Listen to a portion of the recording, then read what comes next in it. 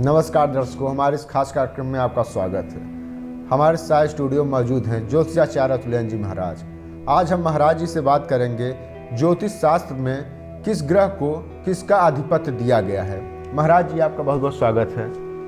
महाराज जी, ये बताइए, ज्योतिष शास्त्र के अनुसार किस ग्रह को किस तत्व का आधिपत्य दिया गया है? जैसे कि 5 तत्वों से आपके मूलभूत शरीर का निर्माण हुआ है जी। और 5 तत्वों के अंतर्गत आपके संसार में जो भी प्राणी जीवित हैं या सुचारू रूप से जीवन का निर्वहन कार्य चल रहा है, इन्हीं 5 तत्वों के माध्यम से चल रहा है। उन्हीं 5 तत्वों में आपके ग्रहों को भी कहीं न कहीं रखा गया है। पंच तत्व जैसे कि अग्नि तत्व, वायु तत्व,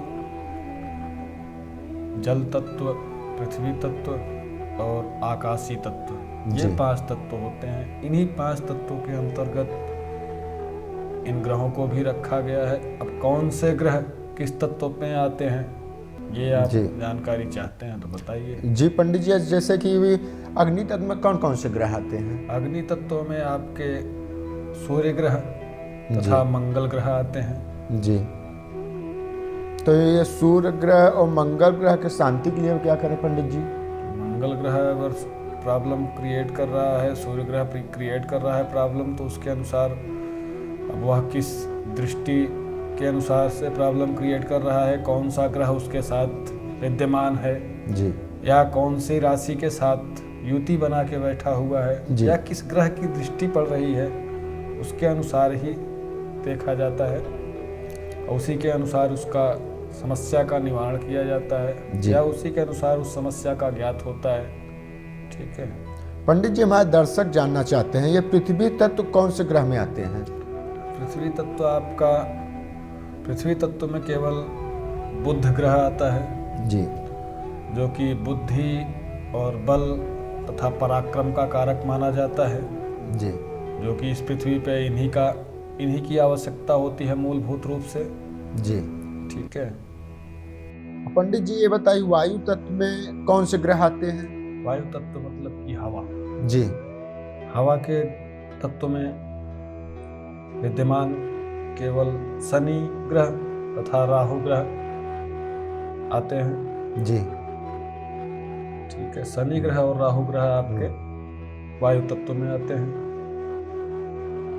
पंडित जी, एक कॉलर हमारे साथ जुड़े हैं। हेलो जी, कहाँ से अपना नाम बताएं? जी।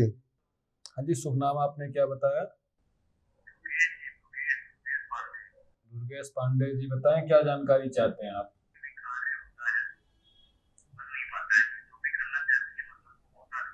डेट ऑफ बर्थ बताइए उसका।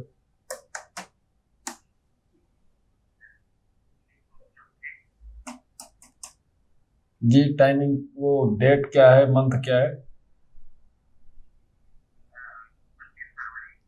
25 फरवरी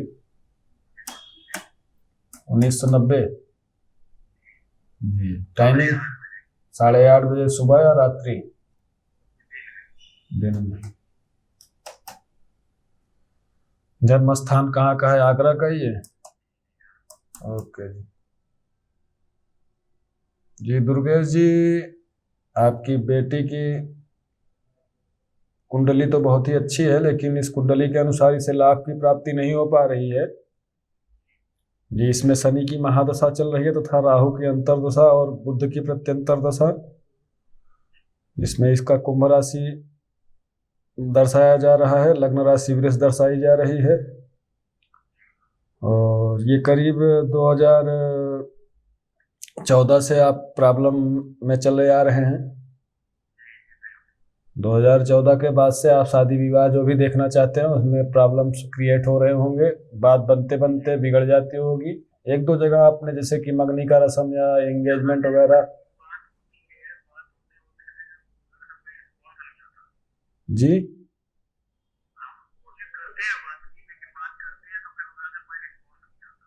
जी, रिस्पांस नहीं आता है ना। एक दो जगह ऐसा भी हुआ होगा कि एक दो बार आपकी शादी बिल्कुल डेट तय हो गई होगी, मंगनी का रस्म भी पूरा हो गया होगा, फिर भी प्रॉब्लम क्रिएट हो गई होगी।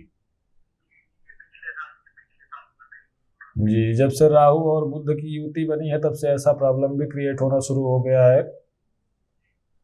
और कहीं न कहीं मांगलिक दोष भी दर्शाया जा रहा है।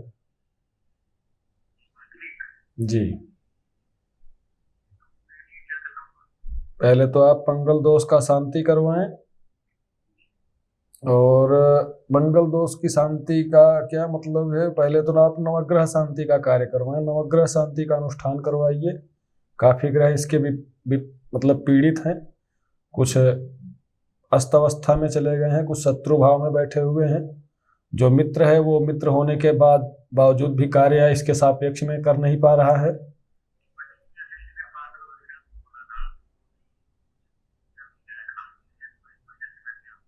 जी, आवाज आपकी क्लियर नहीं आ रही है। हाँ जी,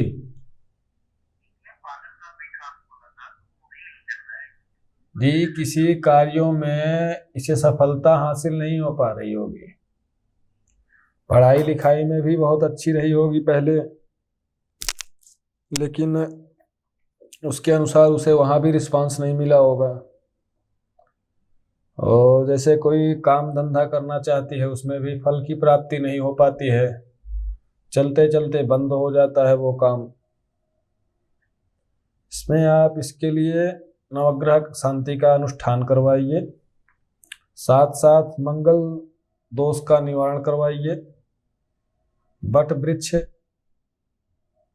या पीपल मतलब या शालिग्राम भगवान के साथ बट वृक्ष के पास या पीपल वृक्ष के पास मतलब एक शादी का कार्यक्रम मतलब जो होता है नॉर्मली ढंग से आप उसको करवाइए। उसके बाद आप शादी का काम करिए, या तो फिर आपको मांगलिक लड़का कहीं मिले तो उसके अनुसार ही आप उसकी शादी उसके साथ करवाइएगा। ठीक है, मांगलिक लड़का अगर आपको नहीं मिलता है तो उसके लिए आप मंगल शांति के लिए पहले आप शालिग्राम भगवान से या बट वृक्ष से या पीपल के वृक्ष के साथ आप शादी का कार्य पूर्ण करवाएं नॉर्मली ढंग से। उसके बाद आप जो है किसी भी लड़के के साथ आप शादी करेंगे तो कोई दिक्कत नहीं होगी। ठीक है, नवग्रह शांति का अनुष्ठान करवाइए, सारे कार्य आपके सिद्ध होना शुरू हो जाएंगे। ठीक है, जब तक आप ये नवग्रह शांति का अनुष्ठान नहीं करवाएंगे तब तक आपके घर में प्रॉब्लम क्रिएट जो हो रही है वो हमेशा बरकरार रहेगी।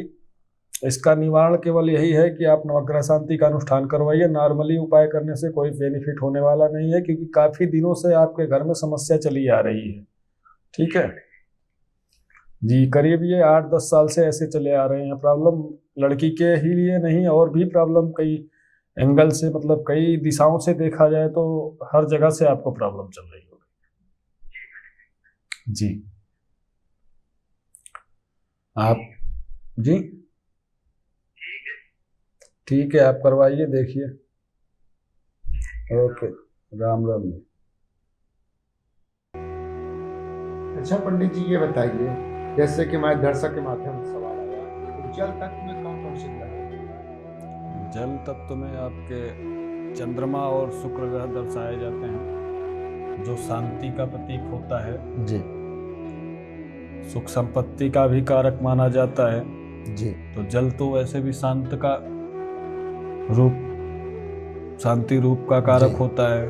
तो जल तत्व में आपके शुक्र ग्रह और चंद्रमा ग्रह आते हैं जी। ठीक है, जो कि सुख संपत्ति का कारक और मन का कारक होता है। जी। चंद्रमा आपका मन का कारक, शुक्र आपका सुख संपत्ति का कारक, पति पत्नी के सुख का कारक, ये आपका शुक्र ग्रह होता है जी।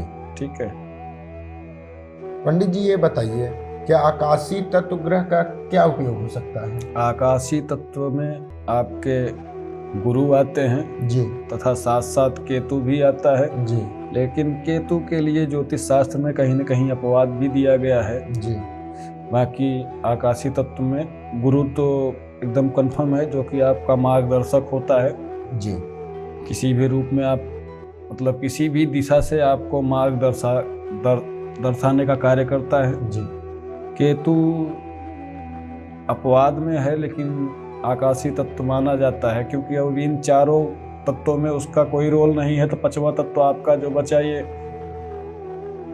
आकाशीय तत्व, उसमें जब गुरु बच रहा है तो गुरु तो है ही, साथ साथ केतु के लिए अपवाद है, लेकिन केतु भी है आकाशीय तत्व में ही है। जी। ठीक है। तो राहु केतु शांति के लिए क्या करना चाहिए पंडित जी?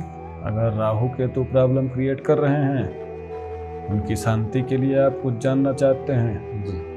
तो राहु केतु के लिए तो जैसे कि गाय को हरा चारा डालना, जी। जितना मात्रा में हो सके खिलाओ। गरीब निर्धन को हरे वस्त्र का दान करना, जी। हरे अन्न का दान करना। जी। और एक सबसे सटीक उपाय यह है राहु के लिए कि जैसे कि आप रिक्शे से सफ़र करते हैं, जी। जो साइकिल वाला रिक्शा होता है, जी। जो आपको बिठा के सवारी छोड़ता है, उससे आपने जैसे कि तय किया 10 रुपए में, एग्जाम्पल के तौर पे मान लीजिए जी। आपने उसे 10 या 20 रुपए में तय किया, और आप अपने उद्देश्य पे या मंजिल पे पहुंचने के बाद उसे उतना ही दोगे जितना तय किए हो। जी। अगर उससे बढ़ के आप देते हैं, जैसे 20 रुपए में आपने उसको तय किया है, बाय द वे उसको 30 रुपए आप दे रहे हैं, 10 रुपए आप ज़्यादा दे रहे हैं ना, उसके अंतरात्मा से आपको आशीर्वाद मिलेगा।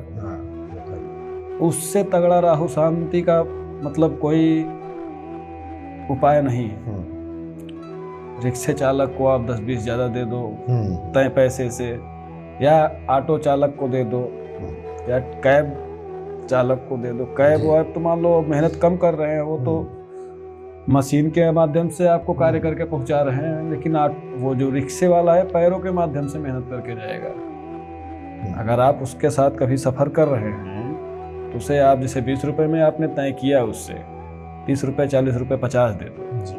आपका राहु का प्रभाव बिल्कुल कम, उससे राहु शांत हो जाता है। या तो गाय को हरा चारा खिलाए, या बुधवार के दिन राहु काल के टाइम पे कुत्ते को दूध बिस्किट खिलाए, 12:30 से 1:45 के बीच में राहु काल में। ऐसा करने से राहु का प्रभाव कम होता है। साथ साथ केतु का भी प्रभाव उसी के माध्यम से कम हो जाता है। राहु केतु एक ही है, अमृत पान के चक्कर में सर कट गया था, इसलिए अलग अलग हो गए, धड़ अलग के और सर अलग हो गए।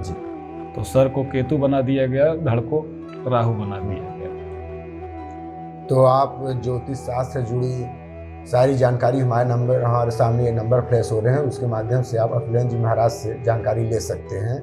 महाराज जी, आपका बहुत स्वागत है हमारे इस कार्यक्रम में।